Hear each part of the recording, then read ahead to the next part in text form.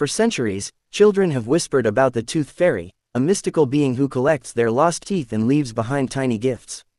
But what if the truth was far greater than a simple bedtime story? What if the tooth fairy's origins were deeply entwined with the human world? Deep in the archives of an ancient fairy library, hidden beneath the roots of the oldest tree in fairyland, there existed a forbidden book, one that spoke of a forgotten past. The book was called The Lineage of the Lost, and only one fairy had ever dared to read its pages, Lyra, the tooth fairy. One fateful night, as Lyra glided through the golden-lit corridors of the Grand Hall of Fairies, her heart pounded with curiosity. She had always felt different from the other fairies, as if a part of her belonged elsewhere. Something deep inside urged her to seek answers. When she finally found the book, dust covered its leather-bound cover, and the pages smelled of ancient magic. As she flipped through the fragile parchment, her hands trembled. The words revealed a secret hidden for centuries. Lyra was not a pure-blooded fairy. Her ancestors had once lived among humans. Not just any humans, but a powerful bloodline, one that had mysteriously vanished from history. And the biggest secret of all, somewhere in the human world, Lyra had living relatives. The revelation shook Lyra to her core. She had spent her entire existence believing she was born from fairy magic, woven from stardust and moonlight. But now, she realized that a part of her belonged to the mortal world. Determined to uncover the truth, Lyra sought out the oldest fairy in the kingdom, Eldrin, the keeper of secrets. The ancient fairy lived in solitude, perched atop a floating island where the winds carried the voices of the past. When Lyra arrived, Eldrin was waiting. His piercing silver eyes met hers as he spoke words that sent chills through her wings. "I knew this day would come," he said, his voice like the rustling of old parchment. "You are the last of your kind, Lyra. The final link between the fairy realm and the human world." Eldrin explained that centuries ago, a powerful fairy queen had fallen in love with a human. Their union was forbidden, yet their love endured. They had children, half human, half fairy, blessed with magic but bound by mortal hearts. But the fairy council saw them as an abomination. In their fear, they erased the bloodline from history, scattering the children across the human world, their memories wiped. But one child survived, a daughter, hidden away by the queen before she was taken. That daughter's descendants still lived, unknowing of their fairy heritage. And Lyra was the last one to carry the truth. Eldrin handed Lyra a shimmering crystal. "This will guide you to them," he said. "But be warned, if the human world discovers your true nature, the consequences will be dire." With a mix of fear and excitement, Lyra took the crystal. The journey to her human family was about to begin. For the first time in her life, Lyra crossed the veil between worlds, not as a fleeting visitor, but as a seeker of truth.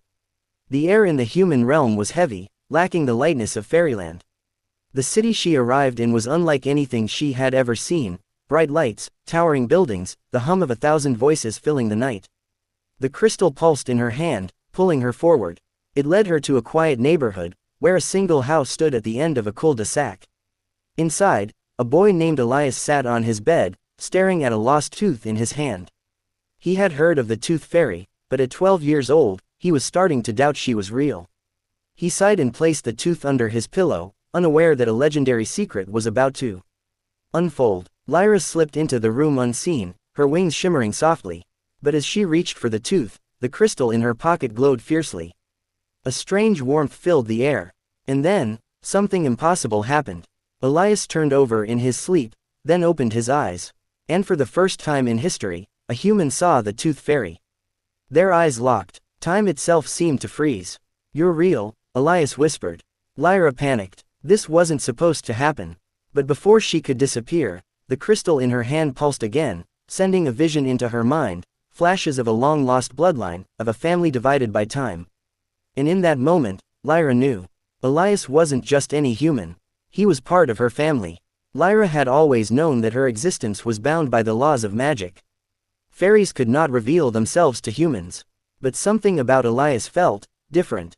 She hesitated, then made a decision that could change everything. "I need to tell you something," she said, her voice barely above a whisper. "You and we are connected." Elias sat up, rubbing his eyes.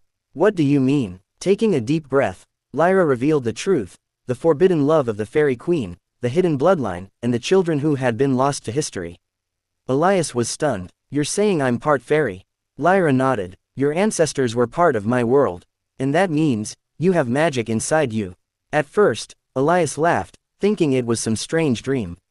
But then, something incredible happened. His hands began to glow, faintly at first, then brighter. A tingling sensation ran through his veins, as if something ancient was awakening. Lyra watched in awe. The fairy blood within him had been dormant for generations. Until now. But before they could process what was happening, a sudden gust of wind filled the room. The crystal in Lyra's hand shattered into dust. Something, or someone, had noticed. And they weren't happy. In the heart of fairyland, the Council of Elders had been watching. The moment Elias awakened his fairy blood, they knew. And they saw it as a threat. Humans and fairies were never meant to mix. If Elias's power grew, the balance between the realms could collapse. A decree was sent. Lyra was to be captured, and Elias, erased. Back in the human world, Lyra and Elias barely had time to react before a crackling portal appeared in the sky. Dark figures emerged, fairy sentinels, the enforcers of the old laws. You have broken the sacred rule, one of them boomed. The bloodline must remain lost. Lyra grabbed Elias's hand. We have to run. The chase was on. Through the streets, across rooftops, into the depths of the city. The sentinels were relentless. Elias's newfound magic flickered, untrained and unstable. Lyra knew they couldn't outrun them forever. With no other choice, she made a desperate decision. She turned to Elias. You have to believe in yourself. Elias hesitated. I don't know how. Just try. Summoning every ounce of his fairy heritage, Elias closed his eyes and willed the magic to protect them. The air around him shimmered, forming a barrier of golden light. The sentinels recoiled, unable to pass. Lyra gasped. You did it. But the battle wasn't over. The Fairy Council would never stop hunting them. Their only hope, to uncover the truth behind the Council's lies and find others like Elias, hidden descendants of the lost bloodline.